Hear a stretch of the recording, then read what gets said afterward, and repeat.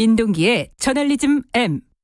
네, 한 주간의 뉴스 중에 좀 이면을 좀 들여다볼 만한 뉴스를 골라서 파헤쳐보는 시간입니다. 저널리즘 M. 오늘은 경향신문 사태를 갖고 오셨네요. 이게 뭐죠? 어떤 사태인지 좀 설명을 해주셔야 될 것 같아요. 네, 한국기자협회 경향신문 지회가 지난 22일 독자 여러분께 사과드립니다. 네. 이런 제목의 사실상의 사과문을 발표를 했습니다. 네. 그러니까 내용이 이런 거거든요. 지난 13일 경향신문 1면과 22면에 그러니까 모 기업과 관련한 기사가 게재될 예정이었는데 해당 기업의 요청을 받고 제작 과정에서 기사가 삭제가 됐다는 그런 내용이거든요. 네. 이 기업은 기사 삭제를 조건으로 협찬금 지급을 약속을 했고 경향신문 사장과 광고국장이 이 기업에 5억 정도의 구체적인 액수까지 언급을 했다. 그리고 이 과정에서 사장이 기자에게 직접 전화를 걸어서 기사 삭제를 언급을 했고 편집국장 등이 이의제기를 하지 않았다는 겁니다. 이 파문이 불거진 이후에 경향신문 사장과 편집국장, 광고국장이 책임을 지고 사퇴하기로 했고요. 네. 지금 경향신문은 내부 진상조사위원회를 꾸려서 이 사태를 면밀히 조사를 하고 있습니다.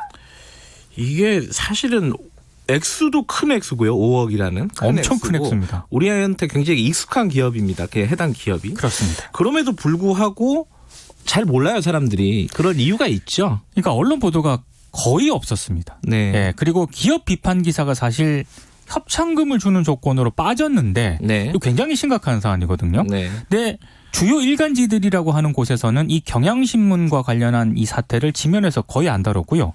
심지어 경향신문조차도 인터넷에서는 기자들의 사과문을 굉장히 비중 있게 배치를 했거든요. 네. 근데 지면에는 또 이 사과문을 싣지를 않았습니다. 제가 쭉 보니까 9개 전국 단위 종합 일간지 중에서 경향신문 사태를 지면에서 다룬 곳은 한 곳도 없었습니다. 아, 그래요? 그렇습니다. 단 한 곳도. 네. 인터넷에는 한두 개 썼겠죠. 썼는데 그래도. 예. 지면에서는 한 군데도 다루지 않았습니다. 아하. 이게 뭐 동업자 윤리, 이게 동업자 윤리도 아닌데 이거는 왜 안 쓰는 거죠? 이게?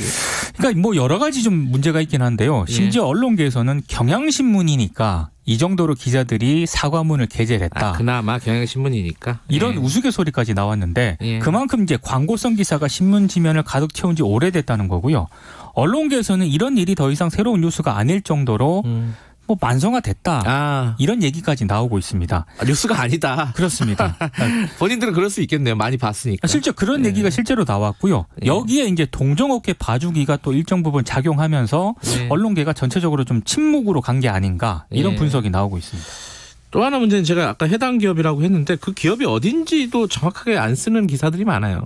그러니까 일부 이제 방송사라든가 인터넷 매체 등에서 이걸 기사로 보도를 했거든요. 네. 근데 A 기업 등으로 이제 익명으로 보도를 합니다. 네. 이 기업이 SPC 그룹이거든요. 파리바게트. 파리바게트, 예. 뭐 베스킨 로빈스 이런. 거기도 SPC인가요? 네, 이 SPC 그룹이 이제 그쪽으로 굉장히 유명한데요. 예. 근데 5억대 협찬금을 조건으로 비판 기사를 삭제하려 했던 기업이라면 이건 실명을 밝히는 게 좀 상식적인 그런 예. 보도 태도인 것 같고요. 심지어 SPC 그룹은 예전에도 비슷한 전력이 있었거든요. 네. 그러니까 뉴스타파가 보도했던 로비스트 박수환 문자 파문 때 네네. 이 SPC 그룹이 조선일보 기자들에게 선물이나 금품을 제공을 해서 좀 무리를 빚었습니다. 네. 심지어 조선일보 지면에 홍보 기사를 싣는 대가로 억대 협찬금이 오간 것으로 의심을 할 수밖에 없는 네. 그런 문자 내용이 확인이 되기도 했는데 네. 이 그룹 실명을 공개를 못하고 있습니다. 그 뉴스타파가 그때 보도를 했을 때도 저도 기억이 나는데 그때도 대부분의 언론사들이 이걸 안 썼어요. 한 미디어 오늘 정도나 주요하게 썼을까? 예. 그렇습니다. 심지어 그때는 조선일보 기자들이 예. 경향신문 기자들처럼 사과도 안 했습니다. 지금까지 사과도 안 하고 있는데요. 네. 근데 사실은 이 언론의 이런 익명 보도에는 네. 해당 기업의 광고라든가 협찬 등을 좀 고려해가지고요. 관계를 좀 원만하게 지내려는 그런 계산도 좀 일정 부분 깔려 있는 것으로 보입니다. 네. 실제로 이 경향신문 기사 삭제 파문이 불거진 이후에 SPC 그룹이 여러 보도 자료를 냈더라고요. 네. 뭐 일자리 창출 대통령상을 수상을 했다.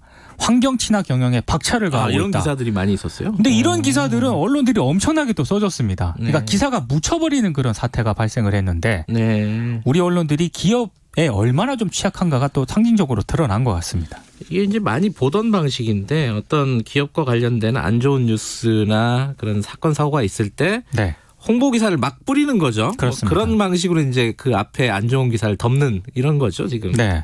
그리고 이제 마지막으로요. 예. 뭐 기자에게 기사 삭제를 요청했던 신문사 사장 네. 그리고 이의 제기를 하지 않은 편집국장 좀 문제라고 보는데 개인적으로 기사를 쓴 기자 있지 않습니까? 네. 좀 책임이 좀 있는 것 같습니다. 이게 네. 왜냐하면 사장이 기자에게 기사 삭제 요청을 했을 때 해당 기자가 회사 방침에 따르겠다 이렇게 얘기를 했거든요. 네.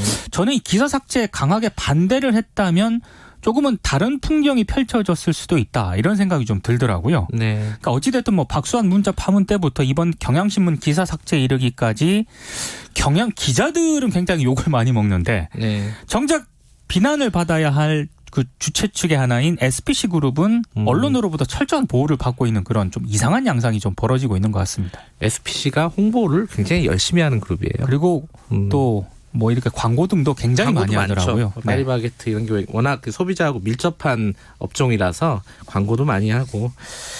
있으면 좀 씁쓸한 내용인데 어쨌든 지금 상황에서는 경향신문이 상황을 조사하고 있다. 그렇습니다. 이거죠? 예. 그 결과를 좀 기다려보고 다른 언론사들도 너무 이렇게 언론계의 치부를 드러내는 게 그렇게 무서운가는 잘 모르겠어요. 자꾸 드러내야지 이게 고쳐지고 그러는 거 아니겠습니까? 그렇습니다. 예.